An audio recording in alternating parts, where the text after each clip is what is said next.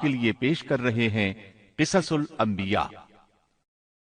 چنانچہ اب ہم آپ کو ادریس علیہ السلام کے بارے میں بتاتے ہیں۔ ایک حدیث میں ہے کہ آدم اور شیس علیہ السلام کے بعد ادریس علیہ السلام پہلے نبی ہیں۔ ایک دوسری حدیث میں ہے کہ ادریس علیہ السلام پہلے نبی ہیں جنہوں نے قلم کے ذریعے لکھا اور لوگوں کو کتابت سکھائی۔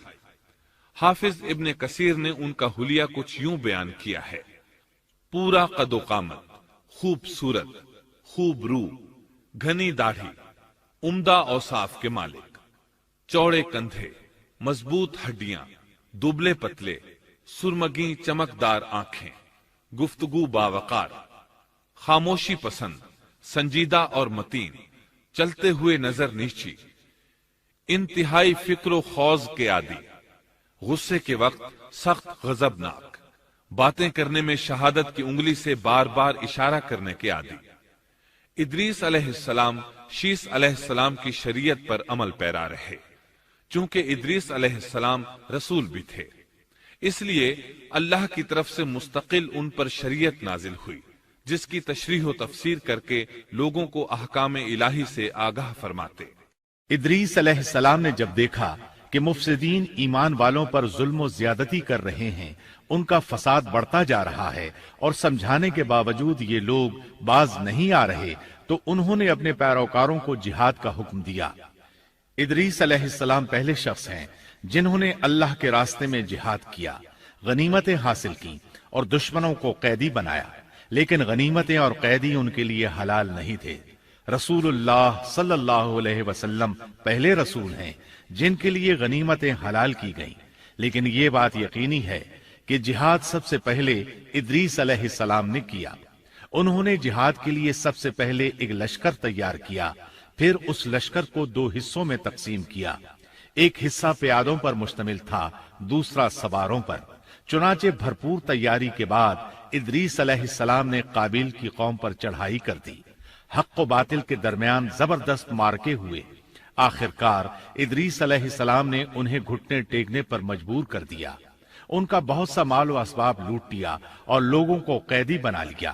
اللہ تعالیٰ نے ان تمام باتوں کا ذکر نہیں فرمایا، بلکہ اللہ نے ان کی سیرت کے بارے میں اپنی کتاب قرآن مجید میں اشارتاً ذکر فرمایا ہے۔ مثلا سورہ مریم آیات 56 اور 57 میں ارشاد ہوتا ہے: اور اس کتاب میں ادریس کا بھی ذکر کر، وہ بھی نیک کردار نبی تھے، ہم نے انہیں بلند مقام پر اٹھایا۔ ان کے بلند مرتبے کے بارے میں بخاری اور مسلم میں حدیث موجود ہے کہ نبی کریم صلی اللہ علیہ وسلم نے فرمایا: میں نے معراج کی رات چوتھے آسمان پر ادریس علیہ السلام سے ملاقات کی، وہ چوتھے آسمان پر بلند مقام پر فائز تھے۔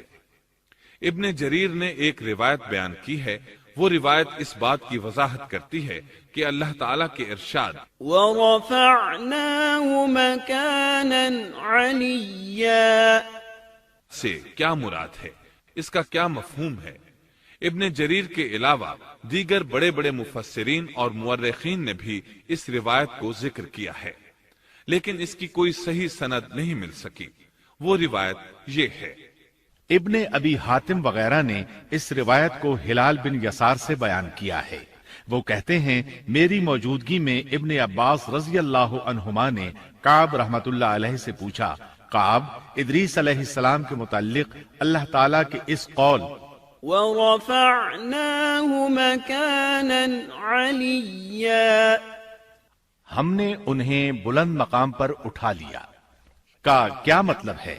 تو کعب رحمت اللہ علیہ نے جواب دیا، اللہ تعالیٰ نے ادریس علیہ السلام پر ایک مرتبہ یہ وحی نازل فرمائی، اے ادریس، تمام اہل دنیا جس قدر روزانہ نیک عمل کریں گے ان سب کے برابر میں تجھے ہر دن اجر دوں گا۔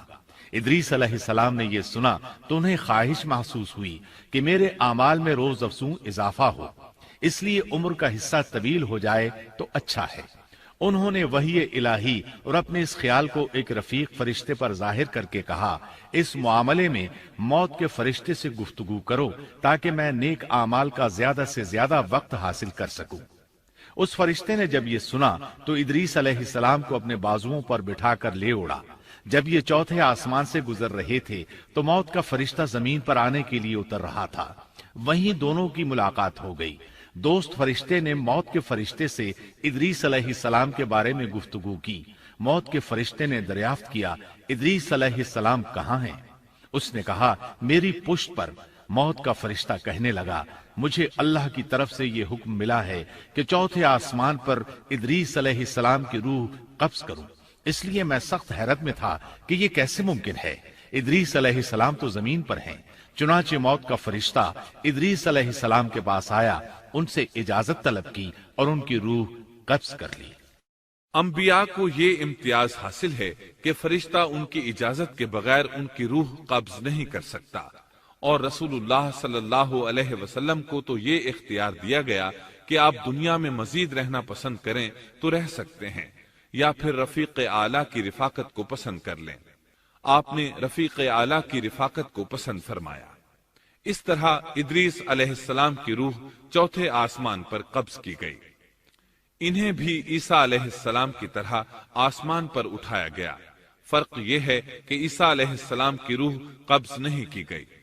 یہ واقعہ نقل کر کے کعب رحمت اللہ علیہ فرماتے ہیں کہ اللہ تعالیٰ کے ارشاد وَرَفَعْنَاهُ مَكَانًا عَلِيًّا کی تفسیر یہی ہے، لیکن درست بات یہ ہے کہ یہ اسرائیلی روایت ہے۔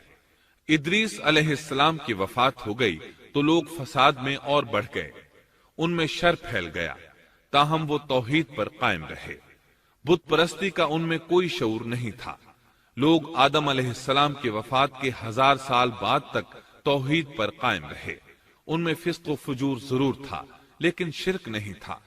اللہ تعالیٰ کے اس ارشاد كان الناس أمة واحدة دراصل لوگ ایک ہی امت تھے کا یہی مطلب ہے۔